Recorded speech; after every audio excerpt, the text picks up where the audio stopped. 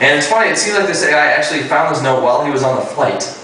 So he says, "Dear Continental Airlines, I am disgusted as I write this note to you about the miserable experience I'm having sitting here in seat 29E in one of your aircrafts. As you may know, this seat is situated directly across from the lavatory, so close I can reach out my left arm and touch the door. All my senses are being tortured simultaneously. It's difficult to say what the worst part about sitting in seat 29E really is. Is it the stench of the sanitation fluid that's blowing all over my body every 60 seconds when the door opens? Is it the whoosh of the constant flushing? Or is it the passengers' asses that seem to fit into my personal space like a pornographic jigsaw puzzle? I constructed a stink shield by shoving one end of a blanket into the overhead compartment. While effective in blocking at least some of the smell and offering a small bit of privacy, the ass on my body factor has increased. As without my evil glare, passengers feel free to lean up against what they think is some kind of blanketed wall. The next ass that touches my shoulder will be the last.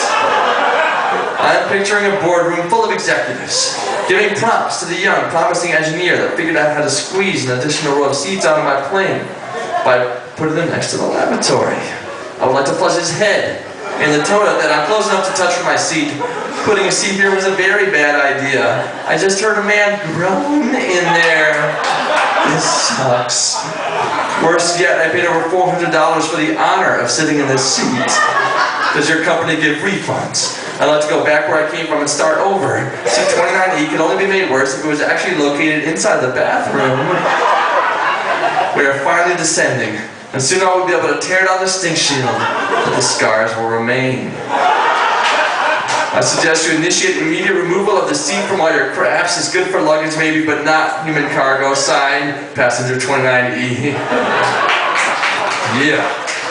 Alright, so Peter is going to come up here. He's going to play some songs for you based on some of this found stuff. And my brother is the world's greatest finder, it seems like. You know, every time I see him, he gives me some great newfound stuff. This is a favorite of mine that Peter turned in. He found this flyer, I don't know, kind of a handsome-looking sign on the street in Ann Arbor. And if you look at this, you can tell some people spent time putting this thing together, designing it and everything.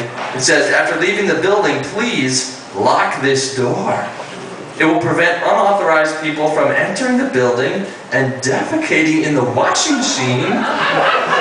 Many thanks." And whenever you send in your finds, I always ask that you write one line of interpretation or response. Whatever your first, reaction is to it. So about this one, Peter, he says, "Please note that those who are authorized to defecate in the washing machine will be given a key for entry." He's going to come up here right now and play some songs for you based on some of this found stuff. Give him a big warm welcome, my brother, Peter Rothbart, Popcorn Pete, the poem of depth. Dude.